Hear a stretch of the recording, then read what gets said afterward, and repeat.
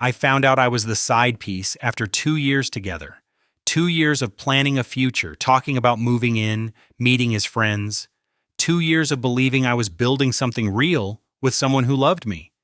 The truth is, I wasn't even the other woman. I was one of three. And the worst part?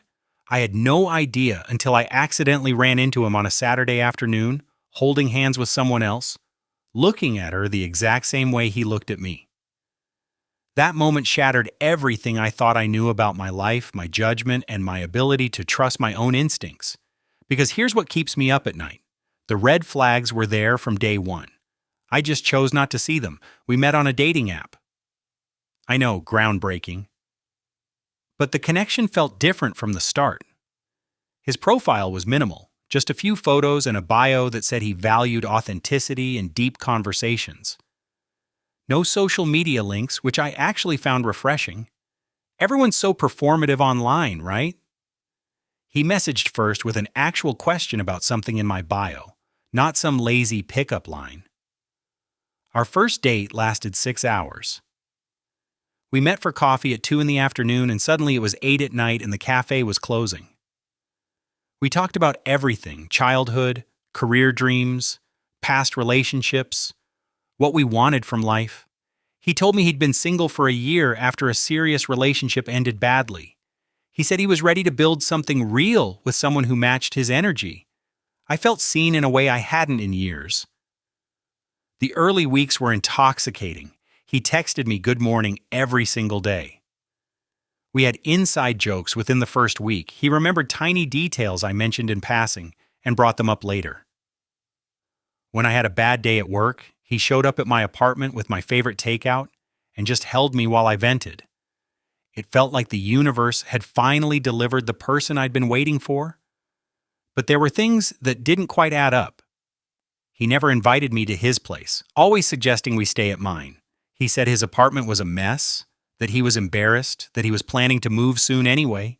When I offered to help him clean or organize, he'd deflect with a joke and change the subject. He was never available on weekends. Friday night was fine, but Saturday and Sunday, he was always busy with work stuff, family obligations, or he just needed alone time to recharge. He called himself an introvert who needed space. I told myself I was being understanding.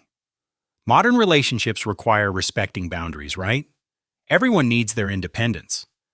My friends asked why I never stayed at his place, why I'd never met his family after 6 months. I made excuses for him. He's private.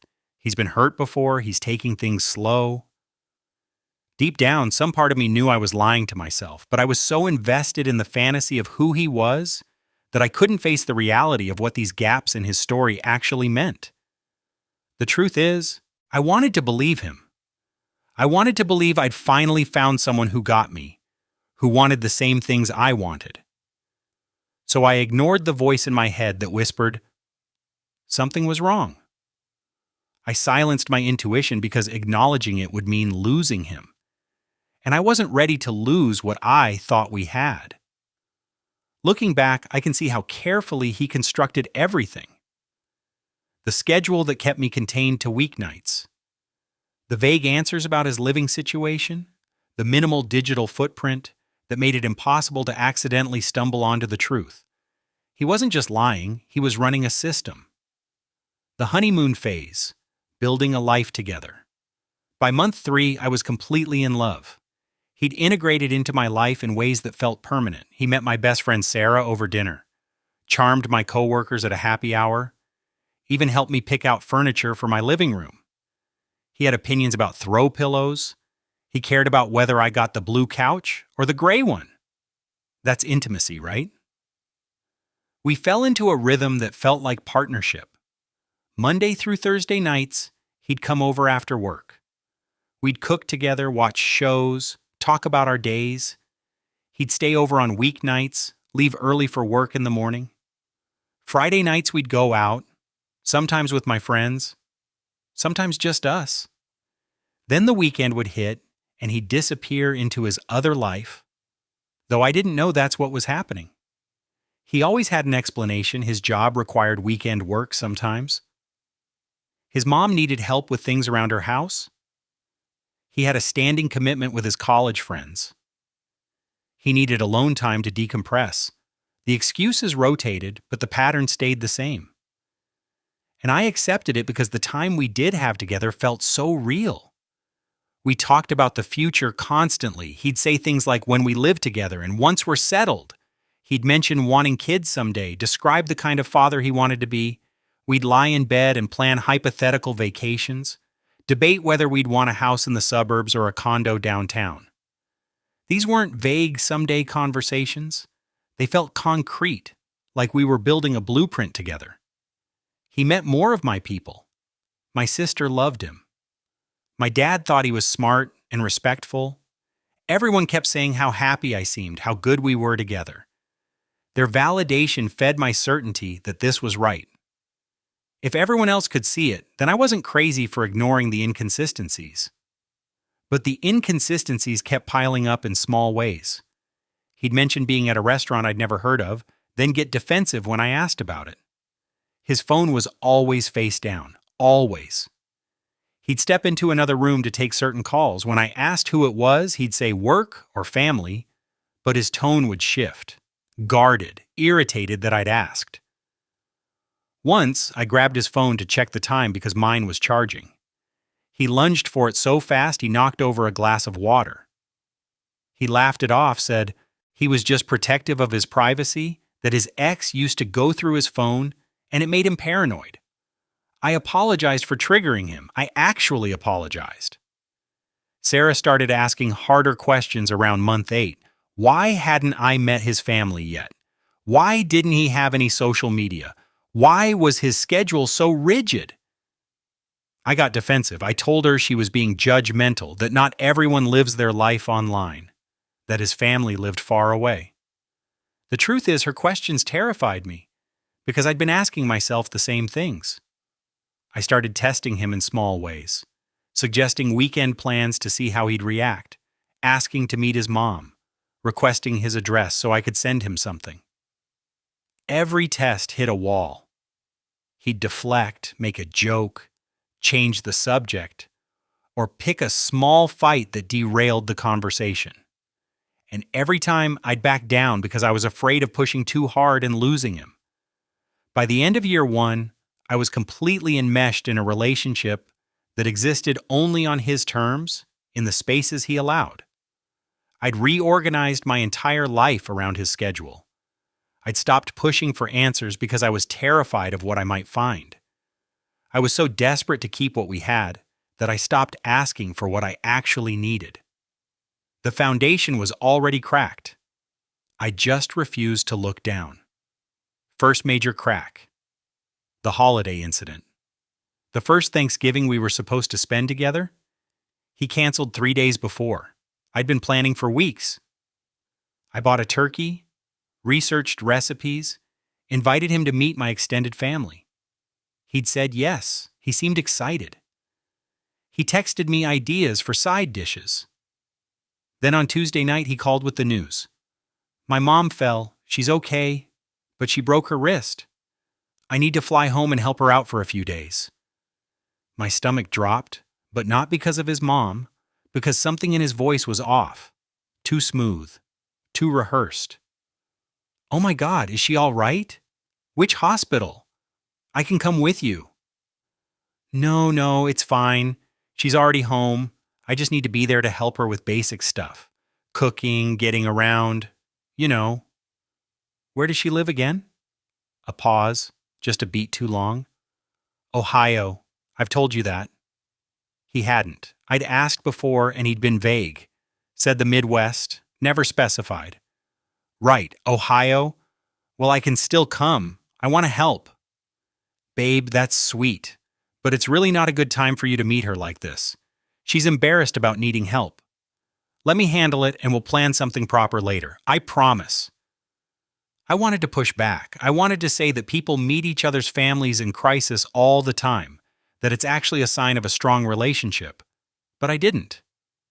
Because I was afraid of seeming needy, afraid of being the girlfriend who didn't understand boundaries. Okay, just keep me updated. Send me her address and I'll have flowers delivered. She's not really a flowers person. I'll tell her you were thinking of her. He left Wednesday morning. Didn't. Call that day.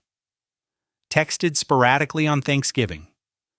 Said his mom was doing better, but he was exhausted. Sent a photo of a plate of food that could have been from anywhere. No people in the frame, no context. I spent Thanksgiving at my parents' house answering questions about why he wasn't there. My mom looked concerned.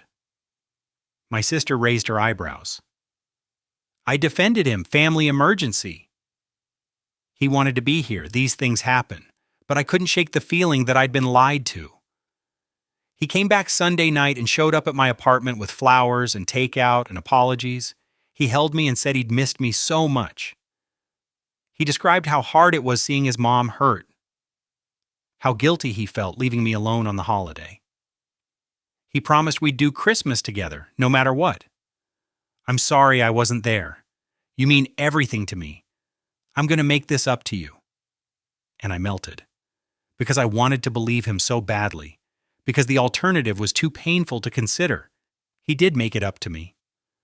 The next 2 weeks, he was perfect, extra attentive, more affectionate than usual.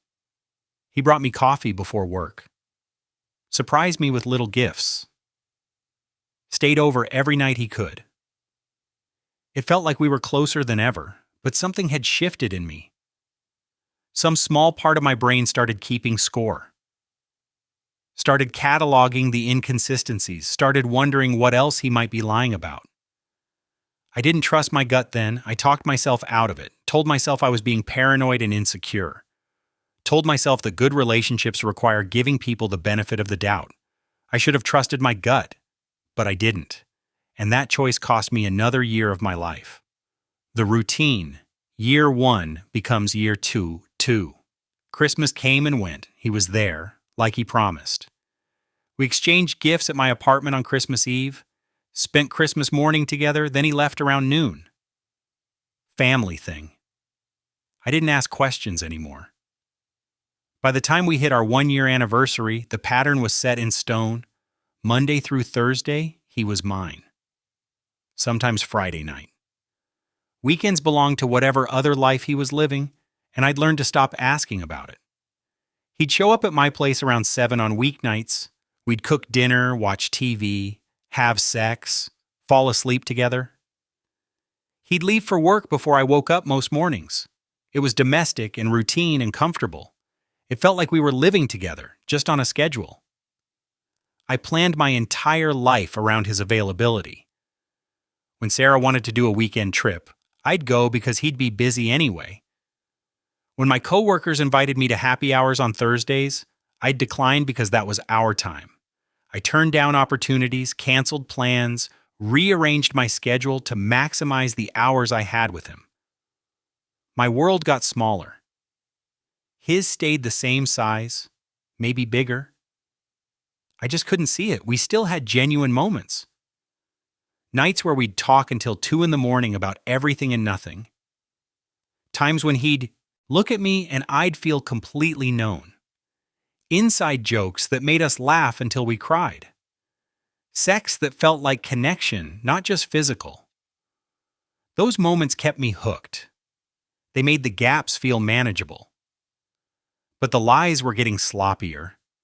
He'd tell me he was at a work dinner downtown. Then I'd see a charge from a restaurant in a completely different neighborhood on a receipt that fell out of his pocket. He'd say he was visiting his mom, but I'd hear city sounds in the background when he called. Once, he told me he was homesick on a Saturday, but his location on a food delivery app showed him across town. I started screenshotting things, not consciously investigating, just documenting. A text that contradicted something he'd said earlier. A photo he sent that didn't match his story.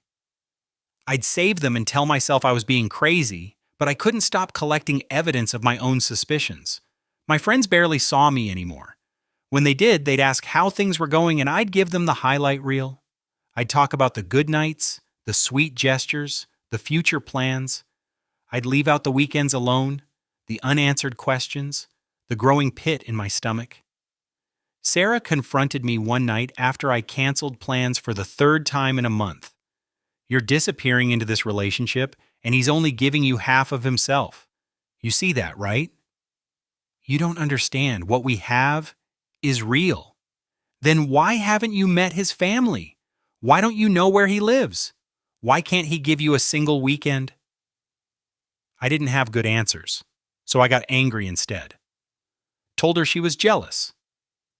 Told her not everyone's relationship looks the same. Stopped calling her as much after that. The isolation made it easier for him. Fewer people asking questions meant fewer lies I had to defend. I was so deep in it that I couldn't see I was drowning. Year 2 started exactly like year 1 ended. Same schedule, same excuses, same version of me accepting less than I deserved because I was terrified of losing the fantasy I'd built. The unease I couldn't name had a name. I just wasn't ready to say it out loud yet. The catalyst. An unexpected encounter. It happened on a Saturday in March. I wasn't supposed to see him. Saturdays were his invisible days, the ones where he existed somewhere I wasn't allowed to know about. I was running errands in a neighborhood I rarely visited. About 20 minutes from my apartment, I needed to pick up a birthday gift for my mom, from this specific boutique she loved. I parked, walked half a block, and that's when I saw him. He was coming out of a brunch place, holding the door open for someone. A woman. Brunette, about my age, laughing at something he'd just said. He touched the small of her back as they walked onto the sidewalk. The same way he touched mine, the same casual intimacy that said we belonged to each other. My brain couldn't process it. It was like seeing a celebrity out of context. This person who only existed in my apartment on weeknights, suddenly here in daylight on a Saturday with someone else. They stopped on the corner. He pulled her close and kissed her forehead. She leaned into him the way I leaned into him. They looked comfortable, established, real. I stood frozen on the sidewalk, half hidden behind a parked car. My hands were shaking. My chest felt tight. People walked around me and I couldn't move. He reached for her hand and they started walking. Away from me toward the parking garage at the end of the block. I watched them get smaller in the distance, this man I loved with this woman I'd never seen before, living some version of the life I thought was mine. Every logical explanation tried to surface. Maybe she's his sister, maybe she's a friend, maybe I'm misreading the situation. But I knew. The way you know things in your body before your brain catches up. I knew exactly what I was seeing. I had a choice in that moment. Confront him right there on the street, run after them, make a scene, demand answers, or follow them. Figure out what the hell was actually happening before I showed my hand. I chose to follow. I got back in my car and pulled out of the parking spot just as they were getting into a silver SUV I'd never seen before. I stayed 3 cars back, heart pounding so hard I could hear it. I'd never followed anyone in my life. I felt insane and completely justified at the same time. They drove for 10 minutes and pulled into the lot of a Target, normal, domestic. They went inside together and I sat in my car, hands gripping the steering wheel, trying to decide what to do next. I couldn't go in there. I couldn't watch them shop for household items together like a regular couple. I couldn't see more evidence of whatever this was without losing my mind completely. So I pulled out my phone and I did what I should have done months ago. I started digging. I went to his Instagram, which barely existed. 3 photos, no tags, no followers I recognized. Then I searched his name with the city. Nothing useful. I tried Facebook. His profile was locked down, friends list hidden.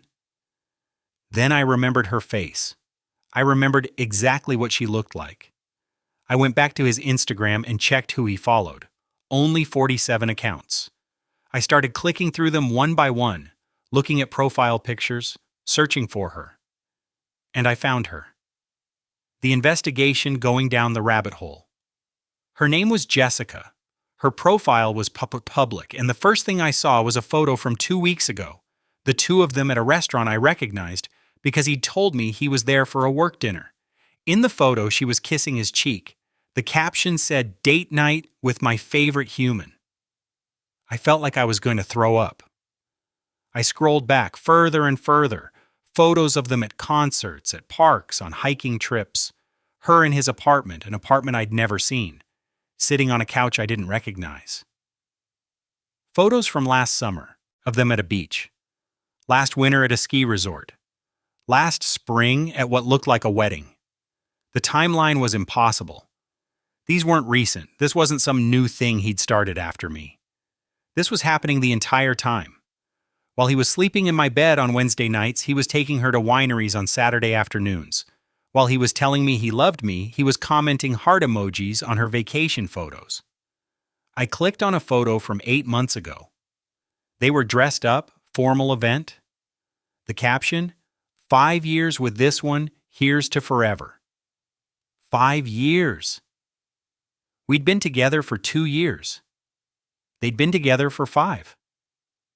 The math was so simple, it was devastating.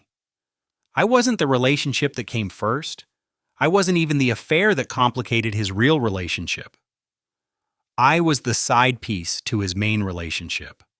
I was the secret he kept from his actual life. My hands were shaking so hard I could barely hold my phone. I was still sitting in the Target parking lot, watching the entrance, waiting for them to come out. I wanted to run in there and scream. I wanted to confront both of them in the middle of the store and watch his face when his two worlds collided, but I kept scrolling instead. Because I needed to know everything. Her Facebook was public too.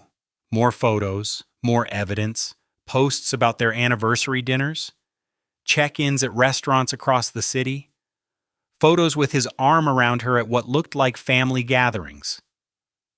An older couple who had to be his parents. A group shot labeled Thanksgiving 2 with him right in the center.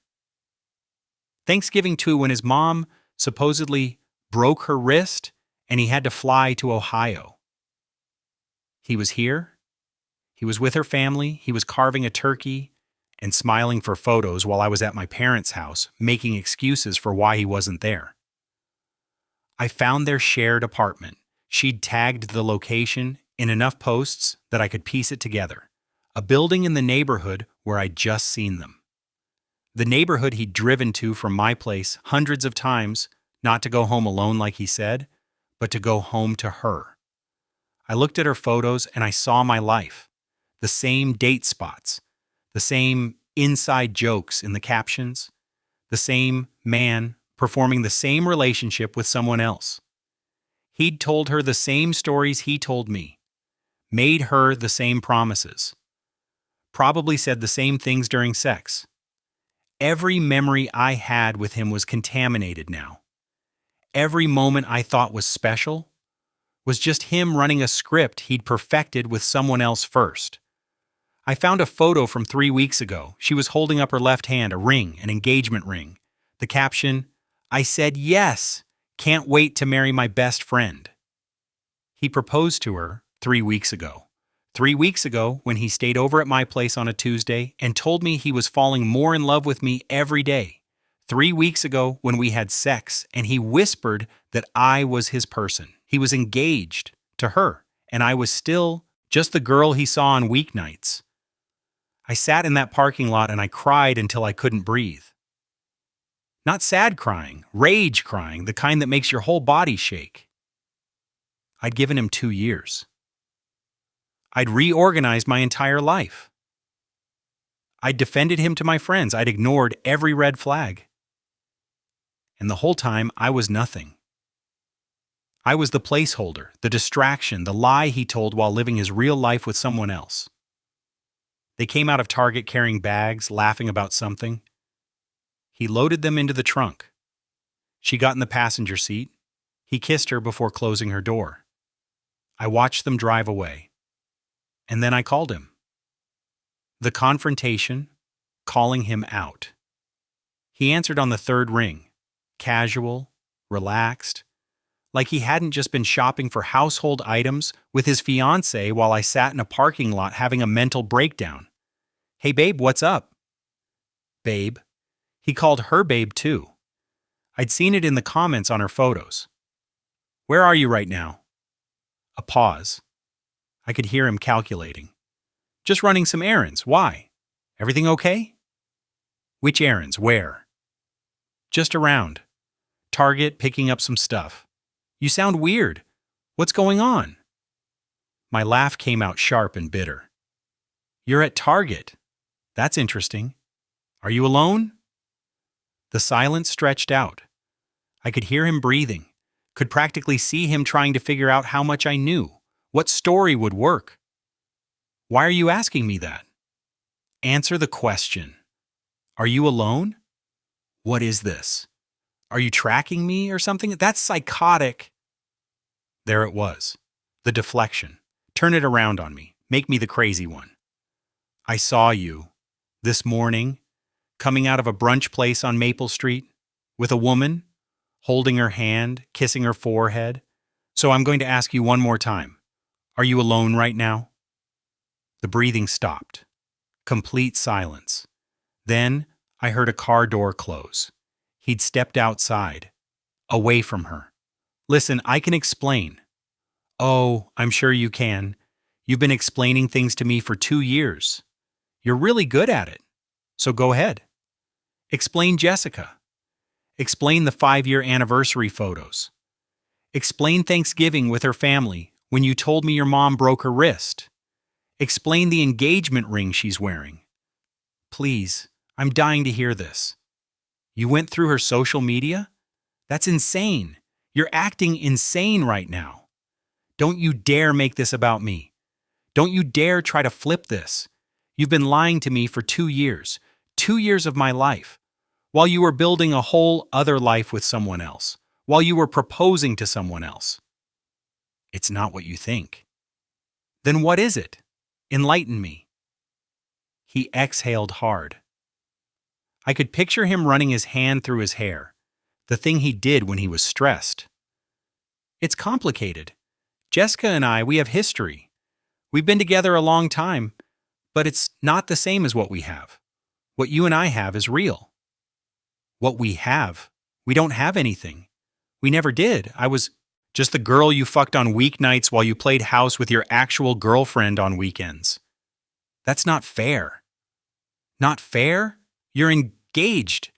You proposed to her 3 weeks ago. 3 weeks ago, you were in my bed telling me you loved me. I do love you. That's what I'm trying to say. I love both of you. I know that sounds crazy, but it's true. You mean something completely different to me than she does. She doesn't understand me the way you do. The audacity. The sheer audacity of him trying to sell me on being his emotional support side piece. So what was your plan? Marry her and keep me around? See me on Tuesdays and Thursdays forever? Did you think I'd just accept that? I don't know. I wasn't thinking that far ahead. I just knew I couldn't lose you. I can't lose you. You already did. Please, just let me see you. Let me explain in person. I can fix this. We can figure this out. Figure what out? How to keep lying to 2 women at the same time? You're really good at that. I'm sure you'll manage. Don't do this, please. I know I messed up. I know I should have told you, but what we have is real. You have to believe that. I don't have to believe anything you say ever again. I spent 2 years believing you. I ignored every red flag. I made excuses for you to my friends. I turned my entire life inside out to fit into your schedule. And the whole time I was just your secret. I was nothing. You're not nothing. You're everything to me. Stop. Just stop. I don't want to hear another word. We're done. Don't call me. Don't text me. Don't show up at my apartment. We're done. Wait. I hung up, blocked his number, blocked him on every platform, deleted every photo, every text, every voice memo. 2 years erased in 30 seconds. And then I sat in my car and screamed until my throat was raw. The aftermath, falling apart. I didn't leave my apartment for 3 days. I called in sick to work, ignored texts from friends, ordered food I didn't eat. I just lay in bed replaying every moment of the last 2 years, watching the entire relationship disintegrate in my mind like a time lapse of something rotting. every memory was poisoned now. The first time he said he loved me, 3 months in, whispering it against my neck after sex. Had he said it to her first? Had he practiced the timing? The night he showed up with soup when I had the flu, staying up with me even though he had work in the morning. Except he didn't have work. He had her. He probably told her he had a work emergency so he could play caretaker with me for one night. The vacation we were planning for summer. He'd suggested a cabin in the mountains, just the two of us, a long weekend in July. I'd already requested the time off. Now I understood why he was so specific about the dates. He was working around her schedule, finding the gaps where he could fit me in without disrupting his real life. I couldn't stop thinking about all the moments I'd felt special, chosen. The way he'd look at me sometimes and I'd feel like the only person in the world who mattered to him. That look wasn't real, it was a performance. He'd probably given her the same look an hour before coming to my place. The shame was suffocating. How did I miss this? How did I let someone treat me like a secret for 2 years and convince myself it was love? My friends had questioned him. Sarah had practically begged me to see what was happening, and I'd pushed them away. I'd chosen him over people who actually cared about me. I couldn't tell anyone. That was the worst part. I was too humiliated to admit what happened. Too ashamed to say I'd been the other woman without even knowing it. So I isolated. I let calls go to voicemail, responded to texts with one-word answers, pretended I was fine while I was actively falling apart. I wasn't eating, wasn't sleeping. When I did sleep, I had dreams where I was trying to tell him something important, but he couldn't hear me. Or I'd dream we were together and everything was perfect. Then I'd wake up and remember the truth. Those dreams were worse than the nightmares.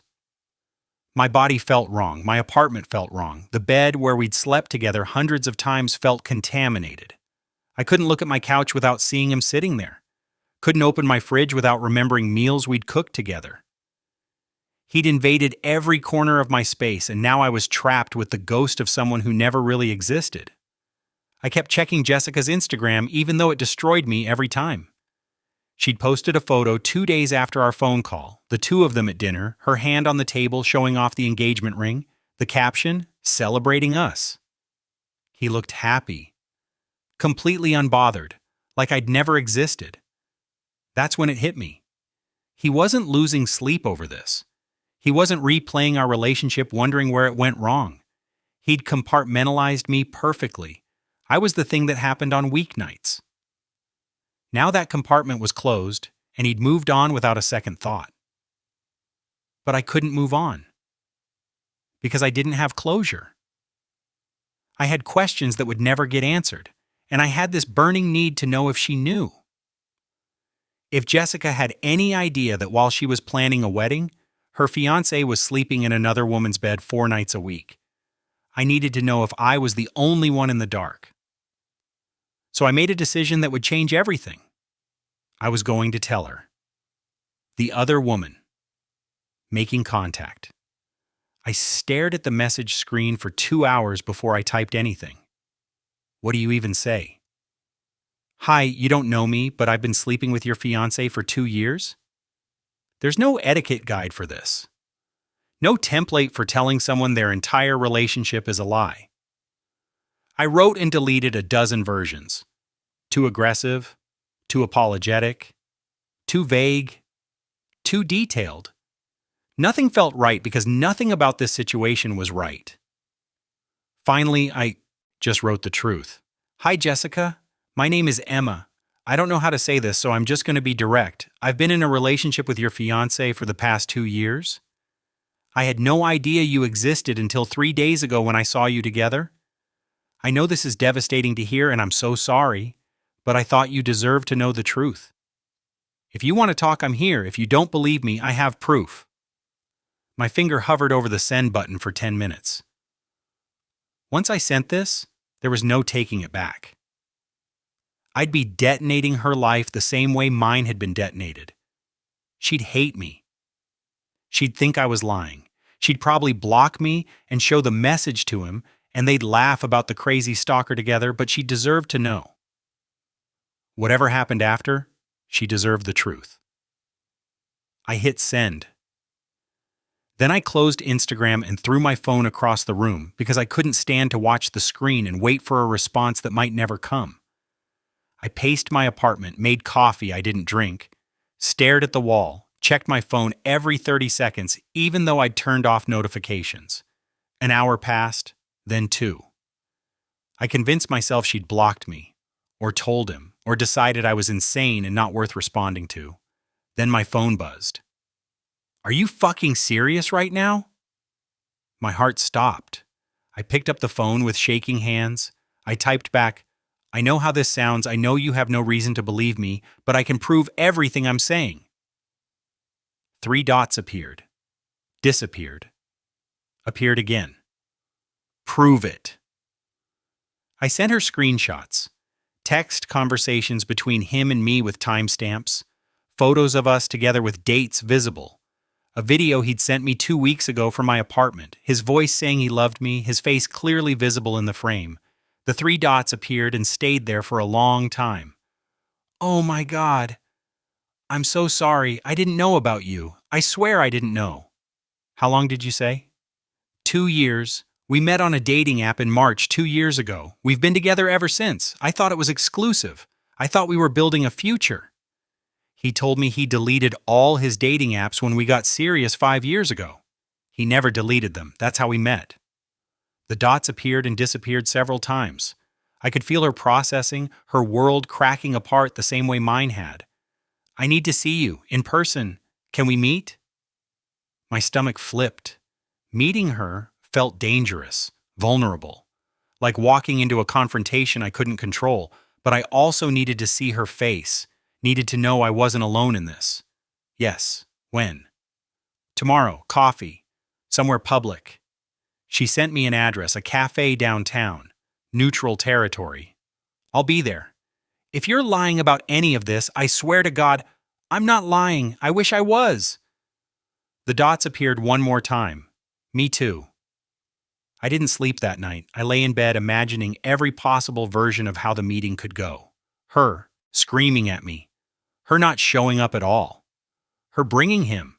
Her bringing the police.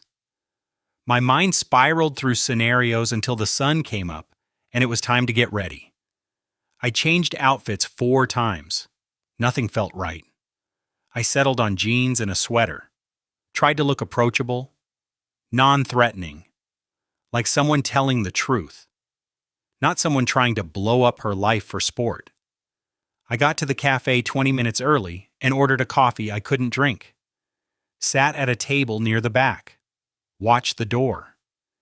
Every time it opened, my heart jumped. Then she walked in. The meeting. Comparing notes. She looked exactly like her photos. Maybe a little more tired. Her eyes were red. She hadn't slept either. We stared at each other for a long moment. 2 women who'd been loving the same man sitting across from each other in a coffee shop, trying to figure out how to start this conversation. I almost didn't come, she said finally. I wouldn't have blamed you. She sat down, didn't order anything, just folded her hands on the table and looked at me like she was trying to solve a puzzle. Show me everything. I pulled out my phone, went through it all again. More photos, more texts, more proof that the man she was planning to marry had been living a completely separate life with me. She watched the video of him in my apartment, heard his voice saying he loved me. Her face didn't change, but her hands started shaking. That's my sweater, she said quietly. What? The gray one he's wearing in that video. That's mine. I bought it for him last Christmas. The detail was so small and so devastating. He'd worn her gift to my apartment, blurred the lines so completely that pieces of her life were showing up in mine without either of us knowing. I'm sorry, I said. It felt inadequate, but I didn't know what else to say. Stop apologizing. You didn't know. She looked up at me. I believe you. I don't want to, but I do. The timeline matches too many things I couldn't explain. Like what? He's always busy on weeknights. Always has work dinners, late meetings, client emergencies. I thought he was just dedicated to his career. Now I know he was with you. The inverse of my reality. She had weekends. I had weeknights. He'd split himself perfectly down the middle and convinced both of us we had the whole person. He told me he needed alone time on weekends, I said, that he was an introvert who needed space to recharge. He told me he had a demanding job that required evening networking. We sat there comparing notes like detectives, piecing together a crime. Every lie he told me had a corresponding lie he told her. Every excuse had a mirror version. He'd built two complete narratives that never touched until now. The Thanksgiving his mom supposedly broke her wrist, I said. He was with you. He told you that? His mom is dead. She died 6 years ago. The room tilted. Another lie, another layer. His mom wasn't in Ohio. His mom was dead. He'd used his dead mother as an excuse to spend the holiday with Jessica instead of me. Oh my God. Yeah. She pulled out her phone, started scrolling. Look, here's us at my parents' house that Thanksgiving. He carved the turkey. My dad loves him. I looked at the photo. Him smiling, surrounded by her family, playing the role of devoted boyfriend while I sat at my parents' house defending his absence. When did he propose? I asked. 3 weeks ago, we went to the restaurant where we had our first date. He got down on one knee in front of everyone. It was perfect. Her voice cracked. I thought it was perfect. I'm so sorry. Stop saying that. She wiped her eyes. We're both victims here. He did this. Not you, not me. Him. She was right. But it didn't make sitting across from her any easier. We were both grieving the same person, both processing the same betrayal, both realizing we'd been in love with someone who didn't exist. What are you going to do? I asked. She was quiet for a long time. Then she looked at me with something hard in her eyes. I'm going to confront him, and you're coming with me. The Confrontation, Part 2, United Front. We planned it for that evening. Jessica had a key to the apartment, our apartment, I guess, the place where he lived his real life while pretending mine didn't exist.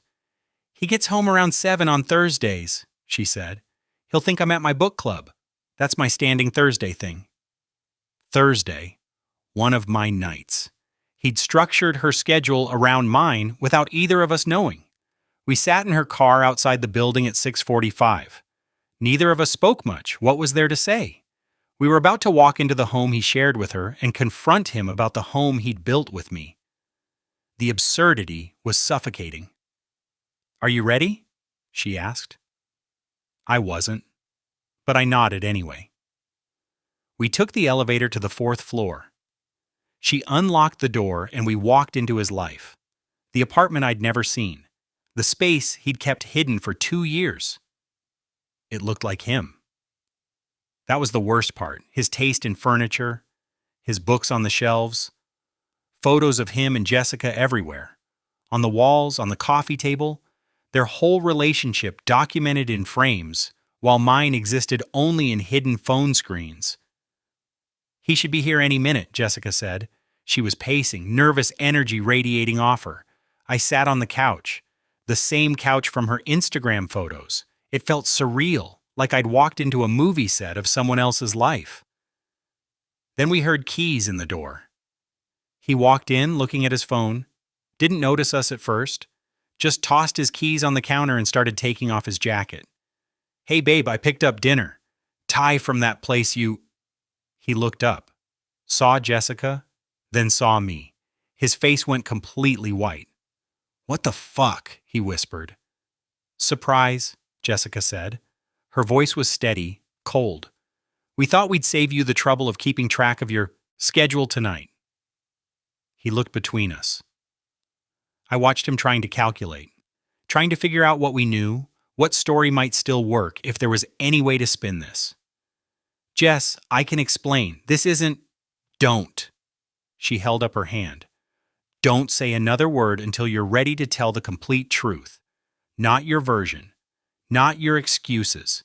The actual truth. He looked at me. I stared back. Didn't give him anything. No emotion, no reaction, just waited.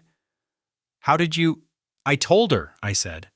I sent her screenshots, photos, videos, everything. She knows all of it. His jaw clenched. I could see the anger flashing across his face before he controlled it. He was mad at me for exposing him. The audacity. You had no right. No right. My voice came out sharper than I intended. I had no right to tell your fiancé that you've been sleeping with me for 2 years? That you've been lying to both of us this entire time? Sit down, Jessica said. It wasn't a request. He sat. Looked smaller somehow. Cornered. The confidence he always carried was gone. He was just a man caught in his own web of lies with nowhere left to run. We've been comparing notes, Jessica continued. Your weeknight work dinners were with her. Your weekend family obligations were with me. You split yourself perfectly down the middle and thought neither of us would ever find out. It wasn't like that. Then what was it like? Explain it to us, both of us, right now. He ran his hands through his hair. That familiar gesture, I'd seen it 1,000 times. Now it just looked pathetic. I never meant for this to happen. That's not an explanation, I said. I love both of you. I know that sounds impossible, but it's true. I couldn't choose. I didn't want to lose either of you. So you decided to keep us both, Jessica said, like we were options you could maintain simultaneously, like we weren't real people with our own lives and feelings. I was going to tell you, both of you. I just didn't know how. When? I asked. When were you going to tell us? Before or after the wedding? He didn't answer, because there was no answer. He was never going to tell us. He was going to keep this going as long as he possibly could. We're done here, Jessica said. She pulled the engagement ring off her finger and set it on the coffee table. We're both done. You don't get to explain, you don't get to apologize. You just get to sit here and think about what you did. She looked at me. Let's go.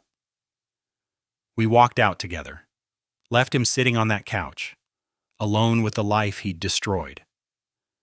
The elevator doors closed and Jessica started crying. I put my arm around her, two strangers bound together by the same betrayal, the same man, the same lies. I can't believe I almost married him, she said. I can't believe I thought he loved me. We stood there as the elevator descended. Neither of us knew what came next, but we knew we'd survived the worst part. We'd faced him together. And we'd walked away.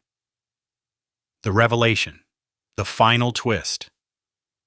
We ended up at a bar 2 blocks away. Needed something stronger than coffee after that. Jessica ordered whiskey. I got the same. We sat in a corner booth and didn't talk for the first 10 minutes. Just processed, decompressed, tried to make sense of what we'd just done. Thank you, she said finally, for telling me. I know that couldn't have been easy. I almost didn't. I was terrified you'd hate me. I did. For about 5 minutes. Then I realized you were just as much a victim as I was. She took a long drink. How are you holding up? I don't know. I keep waiting to feel something other than numb. Yeah, same. We sat in silence again. Then she pulled out her phone and started scrolling. I watched her face change, confusion, then something darker. What is it? I'm looking at his tagged photos, trying to see if there's anything else I missed. She kept scrolling, stopped. Her face went pale. Oh my God. What? She turned her phone toward me. It was a photo from 3 years ago, him at what looked like a 4th of July barbecue. He was standing with his arm around a blonde woman. She was laughing, looking up at him the same way I'd looked at him, the same way Jessica looked at him. The caption was from someone else's account. Great seeing the whole crew, missing you already, Sarah and Mike. Sarah and Mike. His name was Mike. I'd never thought about the fact that Jessica might not know his real name either. But that wasn't the issue. Who's Sarah? I asked. Jessica's hands were shaking. I don't know. But look at the date. 3 years ago. We'd been together 2 years at that point. You and I weren't even in the picture yet. She clicked on the account that posted it, started going through their photos, found another one from 4 years ago, same woman, same intimate body language. A comment underneath from someone, "You two are the cutest couple." "This can't be real," Jessica whispered. But we both knew it was.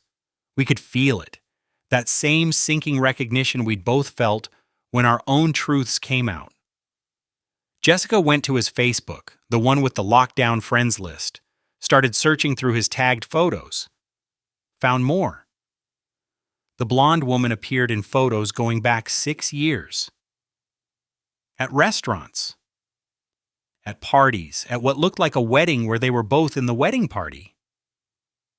"Wait," I said, "go back to that one." She clicked on a photo from 5 years ago. A beach vacation. The blonde woman was wearing a sundress. He had his arm around her waist, but there was something else in the photo, in the background. A child, maybe 7 or 8 years old, building a sandcastle. Jessica zoomed in. The photo quality was terrible, but you could make out enough. The child looked like him, same eyes, same smile. "He has a kid," Jessica said. Her voice was barely a whisper. We sat there staring at the phone. At this photo from 5 years ago that suggested a completely different life. A life with a woman we'd never heard of. A child he'd never mentioned. Jessica started searching the woman's name from the tagged photos. Found her profile. It was mostly private, but the profile picture was recent. Her and a child who was now a teenager. The bio said, "Blessed mom and wife." Wife. Neither of us was the main relationship, I said slowly. We were both side pieces. Jessica looked at me. I watched the same realization hit her that was hitting me. We weren't the 2 women in his life. We were 2 of at least 3, maybe more. "He's married," Jessica said. "He's been married this whole time, to her, and we were both just affairs. We were both affairs." The bartender came by to check on us. We waved him away. Couldn't speak. Couldn't process. The betrayal we thought we understood had just multiplied into something so much worse. He hadn't been choosing between 2 women. He'd been maintaining 3 separate lives, maybe more. A wife and child we'd never heard about. Jessica, his fiancée of 5 years. Me, his girlfriend of 2 years. All of us existing in separate compartments. None of us knowing about the others. "We need to find her," Jessica said. I nodded, because she was right. If we'd deserved the truth, so did she. The truth unravels.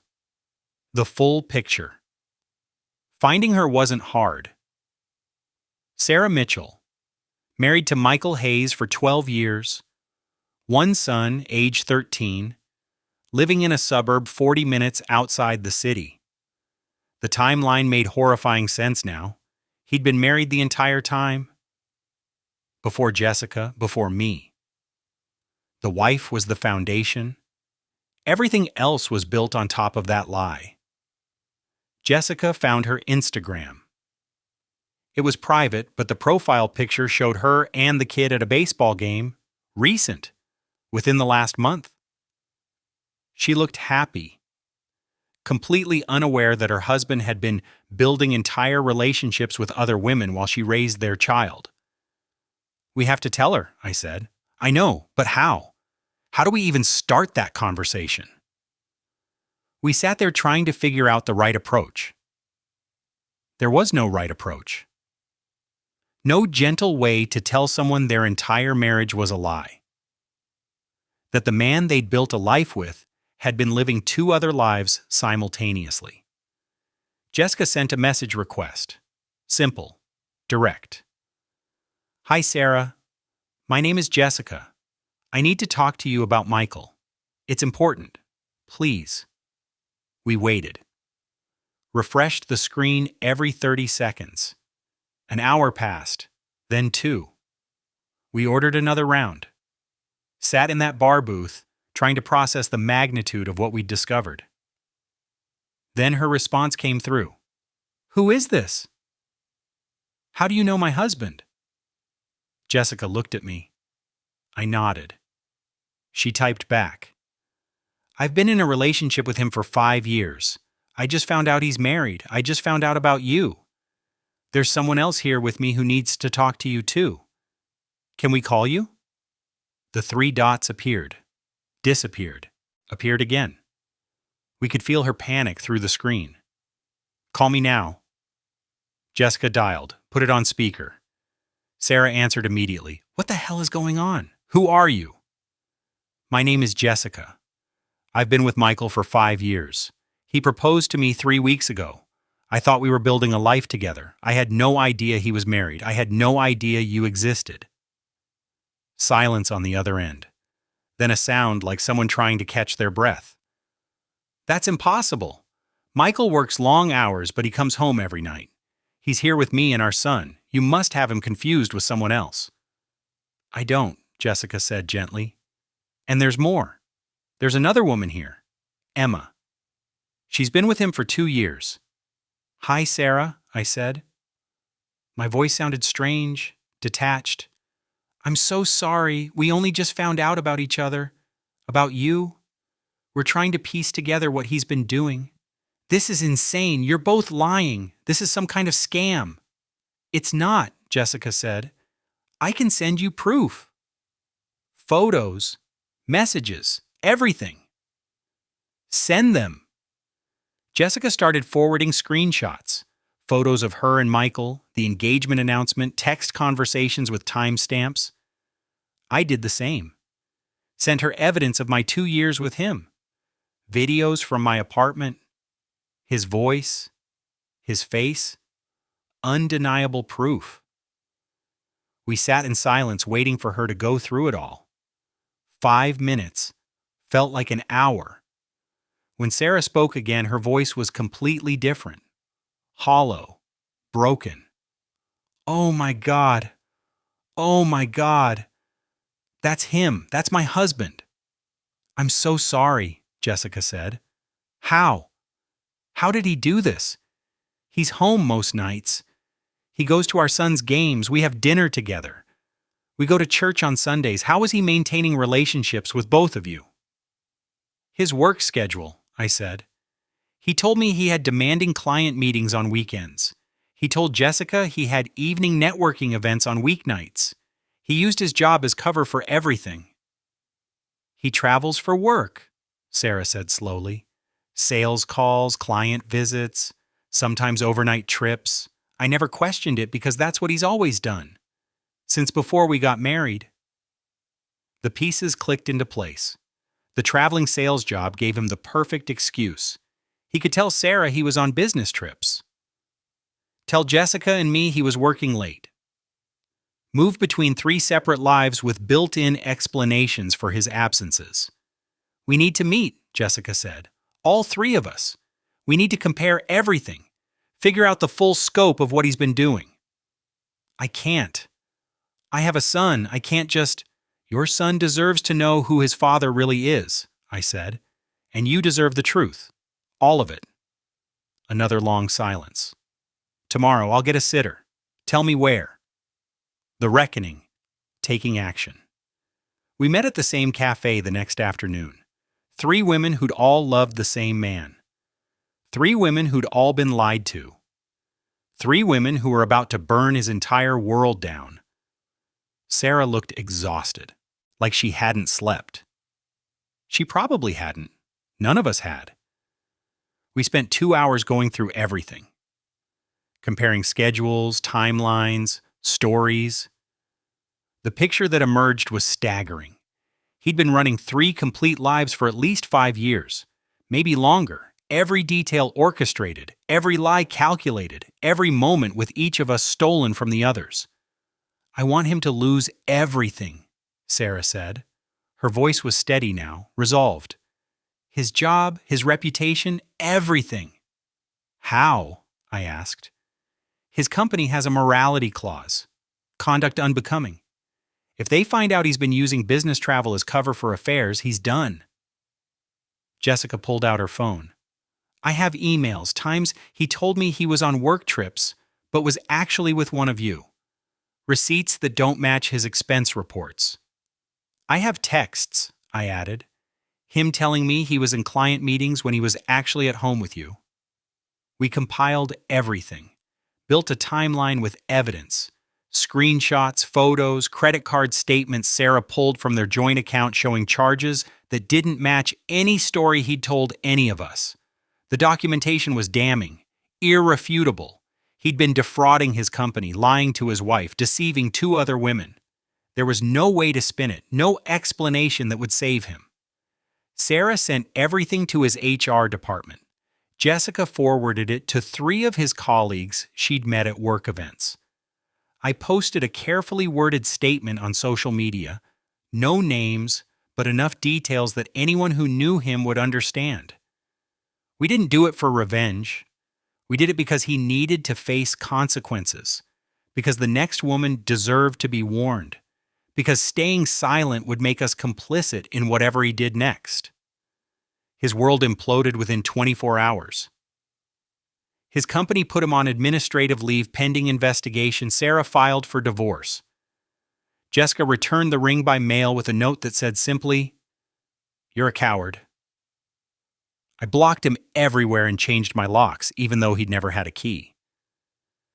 The 3 of us stayed in touch, not friends exactly, but connected by shared trauma.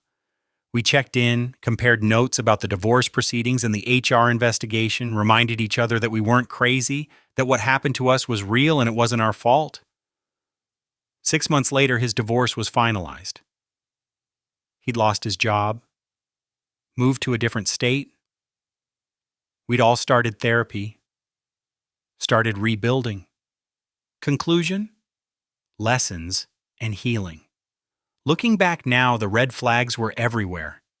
The inconsistent schedule, the vague answers, the compartmentalized life. I ignored every single one because I wanted to believe the fantasy more than I wanted to see the truth. That's the lesson I'm still learning. Trust your intuition. When something feels off, it probably is. When someone's words don't match their actions, believe the actions. I'm rebuilding my ability to trust, starting with myself, learning to recognize my worth, setting boundaries. I should have set 2 years ago. I'm not the same person who met him on that dating app. I'm stronger now, more careful, but also more open because he doesn't get to ruin my capacity for love. I just make sure the next person deserves it.